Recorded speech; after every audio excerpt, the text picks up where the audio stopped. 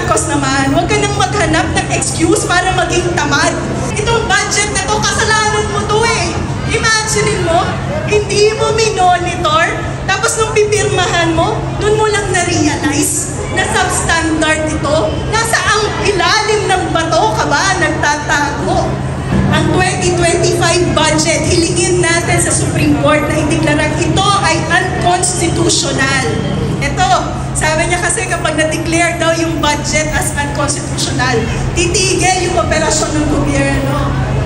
Pangulong Marcos naman, huwag ka nang maghanap ng excuse para maging tamad. Kailangan mo lang mag-inat-inat. Diba? Gumising ng umaga, mag-inat-inat. Itong budget na to, kasalanan mo to eh. Imagine mo, hindi mo minonitor, tapos nung pipirmahan mo, dun mo lang na-realize na substandard ito. Nasa ang ilalim ng bato ka ba nagtatago? Diba? Habang ang bansang Pilipinas ay nagdurusa sa pataas na presyo ng bilihin, kawalan ng hanap buhay, ito ang ginagawa ni Pangulong Marcos. Ha? Wala! Kaya ang sigaw ng sambayanan, Marcos Romualdez, panagutin! Gago, barumbado, mamamatay tao. Yan yung bansag sa'yo ng mga kritiko. Hindi naman kasi ikaw yung uri ng Pangulo na aming nakasanayan, sapagkat ang mga kilala naming mga lider ay formal at desente kung humarap sa mamamayan, subalit sadyang salungat ang iyong katangian. Ikaw lang naman kasi yung natatanging Pangulo na bumastos sa mga pari at simbahan. Kahit ang Panginoon ay hindi mo pinalagpas at minura mo ng lantaran. Marami ang galit sa'yo dahil kampun ka raw ng kadiliman, ngunit ang hindi nila maintindihan na ang minura mong Diyos ay ang Diyos na sinasamba ng mga oligarko, ng mga magnanakaw at ng mga ganid sa kapangyarihan, ibang-iba sa tunay at dakilang Diyos na sinasamba ng karamihan. Hindi man kami laging sang-ayon sa iyong pananalita, ngunit labis kaming nagpapasalamat sa nagsusumigaw mong mga gawa. Oo, minsan hindi maganda ang iyong imahe sa publiko, ngunit sa kabila ng lahat ay di may pagkakailang labis kang minamahal ng milyon-milyong mga Pilipino. Ikaw lang naman kasi yung bastos na nagmulat sa aming mga mata, ang naglantad ng mga kasinungalingan at pang-aabuso ng media, ang sinasabi nilang gago pero siya rin pumuksa sa mga iligal na droga, ang naglinis at tumapos ng problema hinggil sa tanimbala, ang barumbado na nagpahina sa puwersa ng mga terorista, ang patulog-tulog lang daw pero maraming naipatayong infrastruktura, at ang sinasabi nilang tamad na presidente pero kay raming nagawa sa gitna ng pandemya. Ikaw yung bastos pero malaki ang respeto sa kalikasan. Sa pagpapalinis ng Boracay at Manila Bay ay paulit-ulit ka naming pasasalamatan. Ikaw yung sinasabing mamamatay tao, ngunit magandang bukas ng kabataan ang ipinaglalaban. Marami man ang galit dahil wala ka raw pakialam sa karapatang pantao. Oo, karapatan ng mga kriminal na napapatay ng mga pulis at sundalo dahil para sa'yo, mas mahalaga ang buhay ng bawat inosenteng Pilipino. Kapag may napapatay ng mga kriminal at terorista sa bakbakan, ang iyong mga kritiko ay nagsisilabasan, gumagawa ng ingay sa social media at nagpoprotesta sa mga daan. Pero kay sakit sa pakiramdam, natikom ang kanilang mga bibig kapag ang napapatay ay ang mga pulis at kasundaluhan. Ikaw lang yung leader na may pakialam, ang Pangulo na nagpakita ng pagmamahal sa mga sundalo at mga kapulisan, ang nagbigay ng malasakit sa mga Pilipinong ng ibang bayan, ang presidente na tumugon sa hinagpis ng mga magulang, ang nagbigay daan sa pagsuko ng libu-libong mga terorista, at ang nagsilbing tulay sa pagbabagong buhay ng mga kabataang nalulung sa iligal na droga.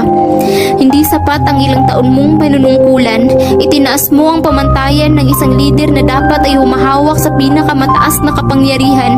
Pero sabi nga nila na mas mabuti na yung nabigyan mo kami ng kahit 6 na taon kaysa sa hindi man lang kami nabigyan ng kahit konting pagkakataon. Ang pagsaludo sa iyo ay hindi sinyalis ng pagiging isang panatiko. Masama bang purihin ka at pasalamatan sa pagiging isang mahusay na Pangulo dahil sa kabila ng mga walang kabuluhang mga kritisismo at sa pilit na pagpapabago pagbagsak sa iyo ng mga oligarko, wala kang ibang kakampi kundi kaming mga Pilipino. Hindi kami handa sa pag-alis mo sa pamahalaan, ngunit wala kaming magagawa kundi harapin ang masakit na katotohanan. Magwawakas man ang iyong panunungkulan at babalik ka man sa pagiging isang sibilyan, mag-iiwan ka naman ng katiyakan sa aming mga puso't isipan. At iyon ay ang katotohanang isa ka sa pinakamagandang nangyari sa ating kasaysayan. Sa pagtatapos ng iyong termino at sa nalalapit na pagbaba mo sa palasyo, nais ko lang iparating sa iyo mula sa akin kasama ng milyon-milyong mga Pilipino. Maraming salamat po, mahal naming Pangulo. Pinapakita mo lang na wala ka talagang capacity. Bakit mo isa-shutdown? Pag sinutdown mo ang gobyerno, paano mamamayan? Diba? Ang gobyerno at ang mamamayan, iisa yan. Iisa. Walang gobyerno kung walang mamamayan. At ang tunay na gobyerno ay tayo. Tayong mamamayan. Dahil walang matatawag na gobyerno kung walang pamayanan. Pero masasabi mo sa nagdeklara na sila ng National Food Security. Nagdeklara sila na National Food Security Crisis. Kita mo, meron na tayong food crisis. Dapat yung deklarasyon nila na yan, kaakibat na yan, pagkilos. Decision making, hindi niya magampanan. Napaka-importante sa isang Pangulo ang decision making. Number 1 sa isang Pangulo ang decision making. Dahil nakasalalay ang kaunlaran at kapayapaan ng ating bansa sa matalinong pagdidesisyon. Yung may puso na pagdidesisyon at may talinong pagdidesisyon. Ngayon, yun ang nawawala sa ating kasalukuyang pamahalaan. Ang proper decision making. Pero palagay mo sir, kaya nila maipatigil ang nangyayaring hoarding at smuggling ngayon dahil sa pagdeklara po nila ng food security? Paano nila mapapatigil kung sila nga mismo ang nasa likod? Kasi parang yun ang mangyayari. Yung mangyayari kasi pagka ganitong declaration, papasukin nila yung iba't ibang warehouse, verify nila kung talagang wala po talagang mga buffer stock, kung wala talagang mga nakapundo ng mga bigas. Alam mo bro, dahil sa tanong mo tama yan. Ang tanong ito, diniklara mo na sa palagay mo ako nag-hoarding, pagpapahuli ako sa'yo? Natural, itatago mo na yan. Sinisita na tayo, may operation, may surprise attack tayo. Sa palagay mo, pananatiliin mo pa sa bodega yan? Itatago mo na yan. Kaya pag nag-operate, kaya nga yung deklarasyon na yan is a very threat. Mapanganib yung deklarasyon na yan kasi pinaganda mo na sila eh.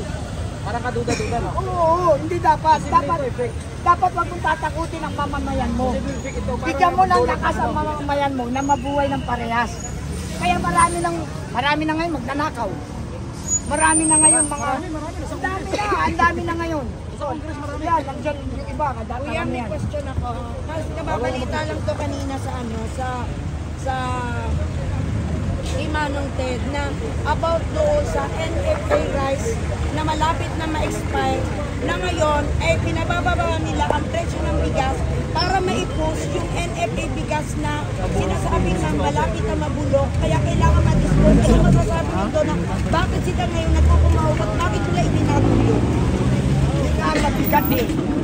Tinago nila tapos ilalabas na. Yan nga ang isang problema natin yung mga hoarding. Kasi kaya naman talaga tumataas ang bigas, ang presyo, kahit hindi bigas. Lahat ng bilihin natin kapag may hoarding, tataas talaga yan. Kasi nga ang purpose ng mga oligarkong negosyante, bigla nilang ilalabas yan. Biruin mo, binili mo sa mababang halaga. Tapos tumaas ang presyo. Pag nilabas mo yan, di ba taas ang presyo? Kaya nga ino-hoarding nila yan. Para kumita sila ng doble-doble. Diba? Yun. Kaya yung tungkol sa pag-hoarding na yan, napakapasalimutan dapat, inuhuli talaga yan. Seryoso nilang binibigyan ng kaso yung mga nag-hoarding na yan. Dahil kawawa ang mamamayan. Ano ba yung yung name niyo po, ano yung organization niyo po? Okay, ako si Ferdinand Dimas Reyes. Isang Philippine FOFW. Nagtrabaho ko sa Saudi Arabia at sa United Arab Emirates. Kasalukuyan akong leader ng OVA, Overseas Filipino Workers Veterans Association, under Engineer Eli Moa na nakabase sa Saudi Arabia sa Altimar. At kasalukuyan, ako'y tumutulong sa mga distress OFW natin. At sa araw na ito, ako'y talagang nagpunta rito. Walang nagsabi sa akin na, oy, pumunta ka kasi kailangan na gano'n. Talagang bukal sa kalooban ko na pumunta rito.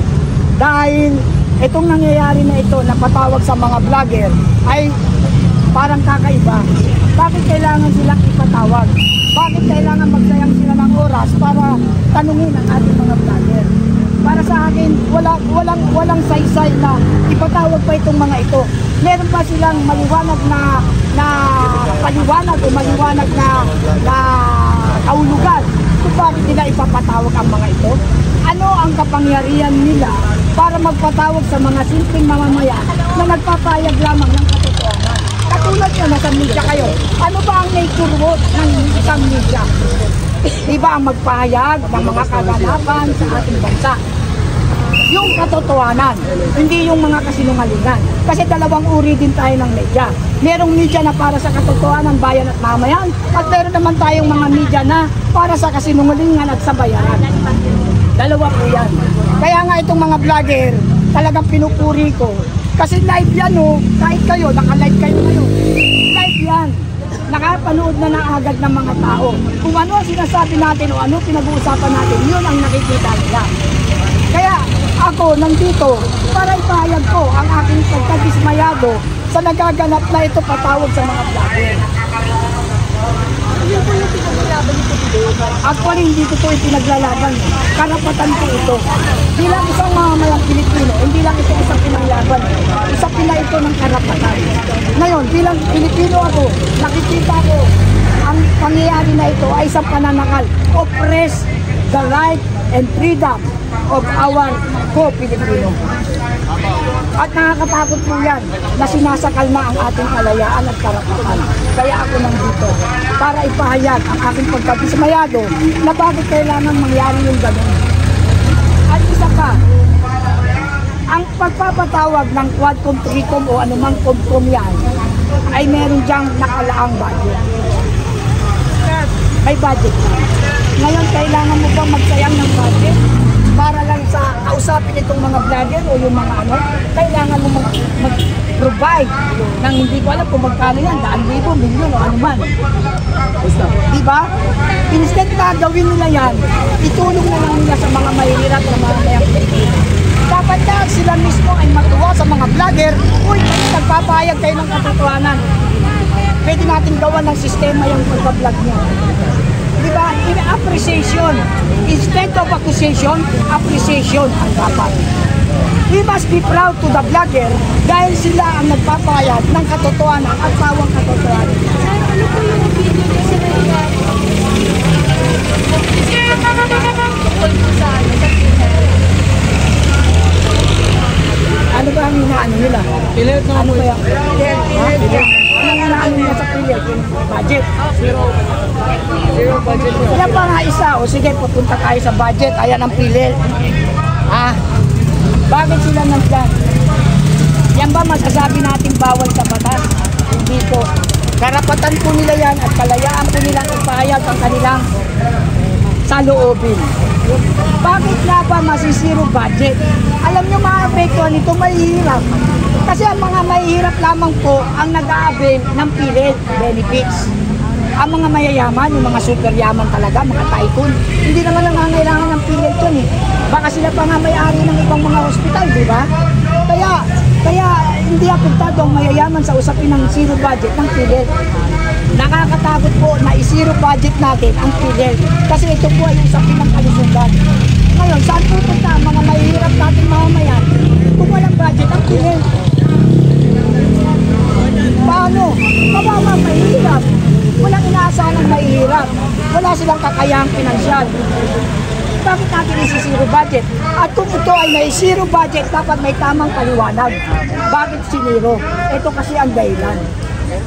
Pero para sa akin, kahit anuman balik-balik pa rin naman ang dahilan, hindi ako maniniwalang may dahilan. Kasi usaping kalusugan yan. Dapat talaga yan, common sense lang, may budget. para magalit ng mga mahihirap na nagbe-benepisyo para sa Pinoy.